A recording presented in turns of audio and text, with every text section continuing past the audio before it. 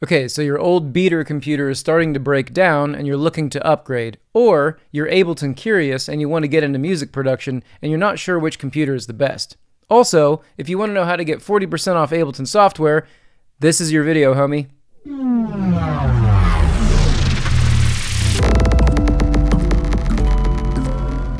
Hey friends, in this video I'm going to answer one of the most prominent questions I see consistently across the internet, and that is, which kind of computer should I buy for Ableton Live? Mac or PC, laptop or tower?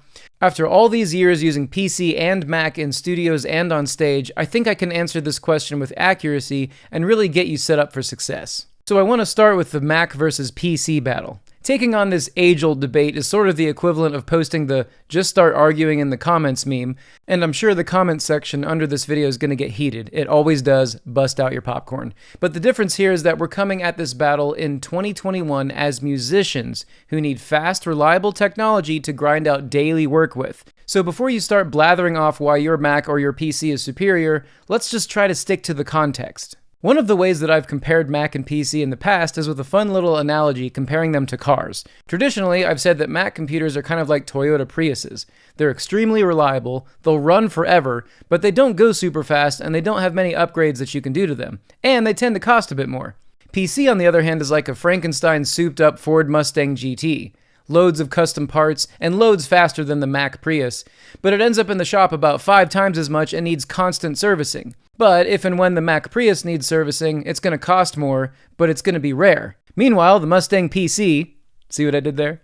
Will be in the shop a lot more, but the parts are cheaper and easier to get. And really, this has been my personal experience. I've owned and still do Macs and PCs with Ableton on both. I've toured with both, and the analogy rings true. My Macs reliably run my set night after night, going years and years before any servicing needs to be done. Meanwhile, the PC will kick ass until it doesn't. And when it doesn't, it really doesn't. And this is why I say if you are a super tech-savvy person who works in IT departments, traditionally, I would say that PC would be your go-to platform for Ableton because truly it will save you money and you'll be able to upgrade it as much as your hardware will allow. But this is a diminishingly small percentage of Ableton users. Now, there's going to be a couple asshats in the comments who are going to say, "I've toured with my PC and I've never had issues ever." Well, first of all, you're lying. You've at least had some driver issues and lengthy setup times, if not full-on failures that took your computer out of commission until you were able to solve the issue. There's a reason that there are so many videos out there on optimizing Windows for music production. That's because out of the box, unless you built the machine yourself, you need to adjust a lot of the settings to orient your PC around handling audio efficiently. For you PC users out there who haven't done that yet, I highly recommend it, as the MCI PC that I bought for video editing could barely run Ableton Live until I optimized it for audio. It's a thing. Do yourself a favor and Google search optimizing Windows for audio. Now, meanwhile, this is the computer that I lovingly like to call the Millennium Falcon. This is a maxed out 2012 MacBook Pro with 16 gigs of RAM. I'm still finishing music on it that has yet to be released 10 years after I bought it. This computer has performed at least 1,000 shows, and I bought it refurbished. Pro tip, buy refurbished computers. They're cheaper, they're better for the environment, and if you buy them from Apple's website, chances are they're not going to want to have the same computer come back twice to the shop. In fact, I bet they pay special attention to newer computers that need servicing right away and do a bang-up job so that they never have to service that computer again. All my Macs have been refurbished, and I've never had a problem outside your classic normal problems. Now, the Millennium Falcon MacBook Pro is not nearly as fast as this PC, but it's only given me issues 3 times on stage, and every time it's been due to heat. All Intel Macs run hot, it's just a fact. This leads me to my next point to consider. Now, without going too deeply into chipset technology, one of the main factors for how fast a computer can run is its ability to manage its own temperature. Folks who have giant studio tower computers scoff at laptop users because their towers can run so fast. But traditionally, these computers also have had big-time cooling technology to keep up with the temperatures that they generate. And I'm sorry, but nothing sucks more than a loud fan blasting into your mic when you're trying to record. Go back to my videos last year and you can definitely hear my Millennium Falcon and the MCI PC fans chugging away in my videos. It's really lame.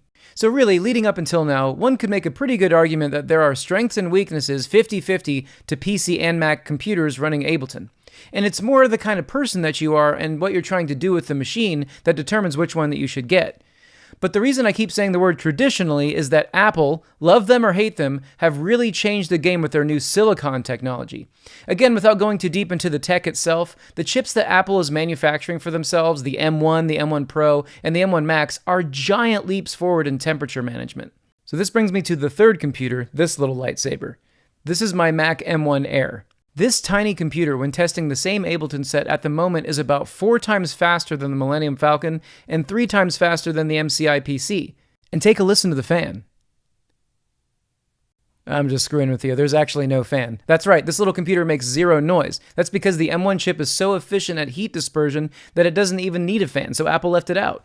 Now, some genius is going to get in the comments and say some noise about, it's going to throttle when you put it to the test. But remember, we're talking about music work here, okay? Thus far, I've worked on Ableton sets with over 100 tracks and with hundreds of instances of CPU-heavy plugins, and it blasts my other computers out of the water. Now, the next comment that I will Batman slap out of the way is, wait, I thought Ableton 11 isn't ready for silicon computers. Well, this leads me to the next thing and why I'm putting this video out right now. Ableton has just released a public beta of their new silicon native version of Ableton 11. Before this beta, I thought, wow, this little computer is really fast. But now it's at a whole nother level. I'm able to run multiple instances of FabFilter Saturn with oversampling turned all the way up. Another thing that I did is I made an instrument rack with 100 wavetable instances. Now, this rumor about 11 likely persisted because of an issue with Ableton Drum Rack that they recently fixed. In fact, here's the difference that this little update made in my giant Papadosio live set. 40% CPU versus 3%. Unbelievable. So Ableton 11 is very much ready for the M1 computers, and it's only going to get better. Now, before you say, hey, I thought Ableton 11 takes more CPU than Ableton 10. And yeah, that's true, but just a tiny bit more. But now with all these updates, 11 is running almost as efficiently as Ableton 10 on all 3 of my computers, and we get those oh-so-sweet new features that really make Ableton 11 a one-stop shop for all things music production, like comping, the new macro snapshots, hybrid reverb, and more. Look, new stuff takes more processing. It's called Ableton after all, not Disableton. It's not like they're going to go backwards. With any advancement in technology on the software end, the hardware also needs to be occasionally upgraded. Like, imagine if Grand Theft Auto never made sequels to their games that required more CPU to run. We'd be stuck playing an overhead view and never get the up-close satisfaction from randomly punching people on the street. Now, real quick before I get too far, if you're wanting to dive into Ableton Live and haven't done so yet, or you're naughty and you're using a cracked version of Ableton, let me toot my horn real quick. The Ableton overlords have seen me and my ultra in-depth online courses for learning Ableton Live and found them to be worthy of the sought-after educational discount, which is a whopping 40% off of any version of Ableton Live, standard or suite. So if you want to get 2 birds stoned at once while getting a killer deal on Ableton Live, but also want to get the most thorough education on Ableton Live available on the internet, click this link here or in the description and join me and a whole army of amazing music producers in our community Discord. Okay, so let's get to my conclusion. So I know I've been a little bit wordy leading up to this, but here is my official recommendation for this moment in time as a musician using Ableton Live. The best possible computer for Ableton Live at the moment is definitely a Silicon M1 Mac, and my reasons are this. 1, since Apple is manufacturing their own chips, the whole PC has better bang for the buck argument is kind of dead in the water. This maxed out M1 Air cost me $1,800, and I still haven't hit the max CPU limit in any of my sets. And now with the Silicon native version of Ableton, I'd have to seriously try to hit the max limit. Most of you would do just fine with the standard M1 Mac Air, which is only $900. Then number 2, at the time of this video, Ableton is almost finished with their Silicon native version of Ableton Live because it's in public beta. So those of us who have these Silicon computers can now take full advantage of their processors. And then number 3, these processors are so fast and small that you'll likely no longer need to make a choice between having a laptop or a tower. At the end of the day, audio is audio, and yeah, there'll be leaps in technology, but most all of you, likely 95% of you, could do all the work you'd ever need to do with a tiny little M1 laptop. So even if you never intend on touring, why limit your portability? Everyone likes making beats in the great outdoors.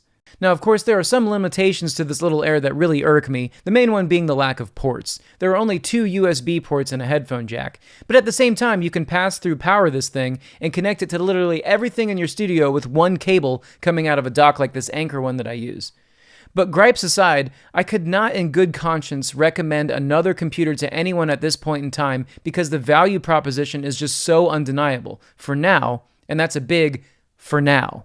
The real reason why you're probably going to see so many angry comments at the bottom of this video is that when making big financial choices, folks tend to create an identity around those big purchases. They claim to be a PC user or a Mac user as if that should be on their name tag. But there's truly no reason to be a loyalist to anything. At this moment in time, I imagine a lot of PC users are leaving PC in favor of the undeniably fast and more affordable Silicon Mac platform.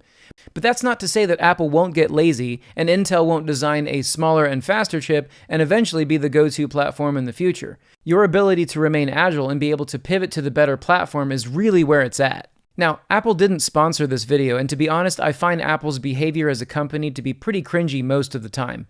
In short, I'm no fanboy, but they just happen to be offering the best computer for the job at the moment. It is what it is. So I hope this video was helpful to you, and if Ableton is your thing, it's my thing too, so make sure you like, comment, and subscribe. Thanks so much for watching, everybody. I'll see you in the next video.